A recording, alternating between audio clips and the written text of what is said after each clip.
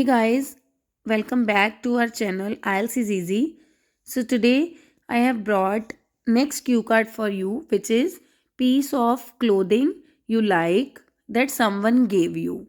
This question can also be asked as talk about a piece of cloth you like. So the same answer can be given in both the conditions. Let's discuss the vocabulary first. The first is prerequisite. Prerequisite होता है मांग। जब हम कहते हैं कि इस चीज़ के होने के लिए ये चीज़ पहले ज़रूरी है, तो उस चीज़ को हम बोलते हैं pre requisite. There is only one synonym for that, that is requisite, right? People will say priority, preference, but these are not the exact synonym for this word. Prerequisite is मांग. Next is necessity. Necessity is जो चीज़ हमें चाहिए, ज़रूरत हो, thing of need. Sphere, area या field. Integral, बहुत important. Dates back, certain time in the past. जब हम कभी भी पास्ट की बात करते हैं then we can use this phrase, it dates back to. Alterations, changes. Alteration word का मीनिंग है चेंज. यहाँ पे we will talk about alterations in cloth. So उसका मतलब कपड़े के साइज में चेंजेस कराना, लूज करवाना या टाइट करवाना. Those are ऑल्ट्रेशंस.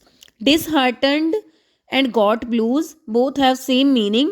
डिस्करेज, डिप्रेस या बहुत सैड होना.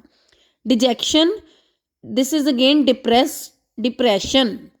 अडोन्ड, डेकोरेट, बहुत ज़्यादा लाइक सजावट करना.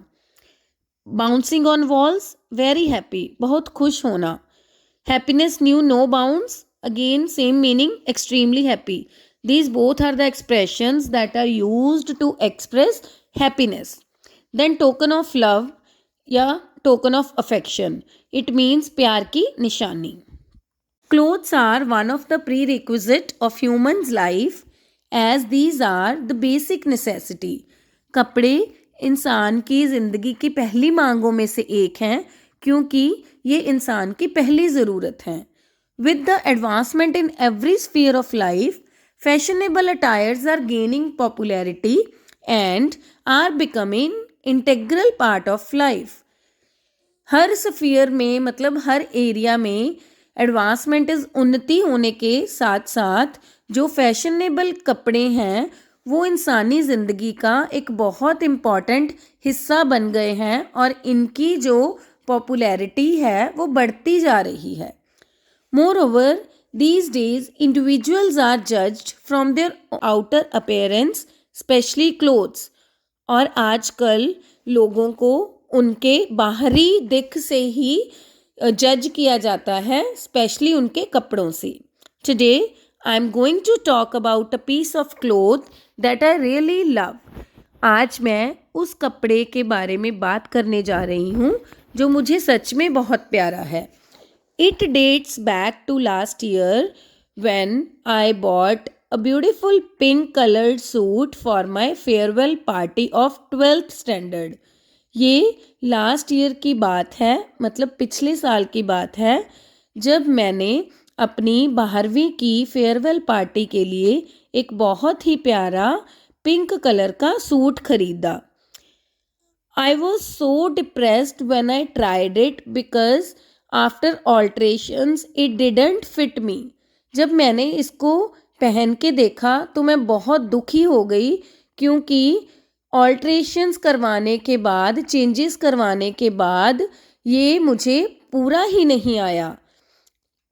आई was so disheartened because I didn't have anything to wear. मैं बहुत दुखी हो गई क्योंकि मेरे पास उस वक्त पहनने के लिए कुछ भी नहीं था. Seeing me in dejection, my mother thought of a plan. She made a beautiful attire from her old silk sari. मुझे दुखी देख के, मुझे टेंशन में देख के मेरी मदर को एक प्लान सूझा. उन्होंने अपनी सिल्क की साड़ी से बहुत प्यारा सा एक ड्रेस बनाया. It was neon green long dress with white net shrug on it.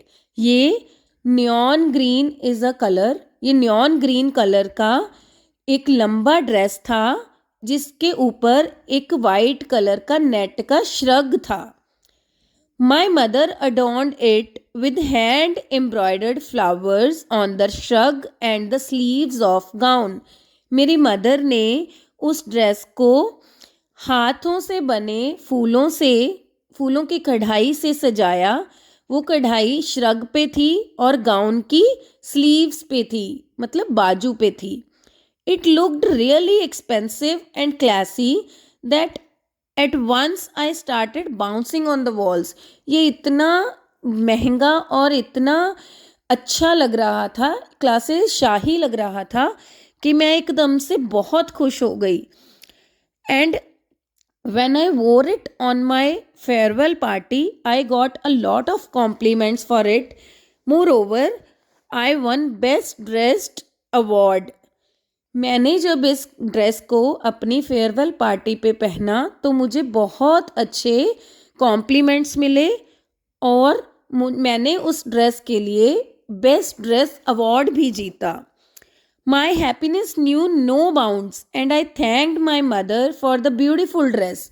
मेरी खुशी कोई हद ही नहीं रही और मैंने अपने मदर का धन्यवाद किया उस ड्रेस के लिए. This dress is so close to my heart that I always keep it with a great care. ये ड्रेस मेरे दिल के इतने पास है कि मैं आज भी उसको बहुत ध्यान से रखती हूँ. Also, I never let anyone borrow it.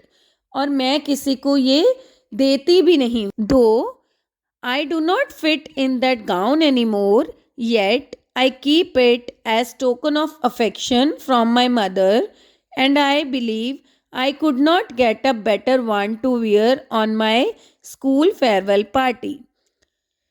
चाहे मैं इस ड्रेस में अब फिट नहीं आती, पर मैं इस ड्रेस को अपनी मदर के प्यार की निशानी के तौर पे संभाल के रखती हूँ और मैं ये मानती हूँ कि मेरी उस फेयरवेल पार्टी के लिए मुझे इससे अच्छी कोई ड्रेस मिल ही नहीं सकती थी. So guys, try to use this new idea for this particular cue card for your answer, as this is very new, and I assure you if you will prepare this, you can easily score 7+ in your speaking module. And we have used good structure, we have organized our answer well, and there are 13 to 14 words that are actually very good and that will enhance your score for the lexical resource. अगर आप इसमें 5 words भी learn कर लोगे, अच्छे से use कर लोगे in your Q card, you are good to go. So all the best. Please like and subscribe my channel if you like my videos. It will give me motivation. Thank you for watching and keep learning.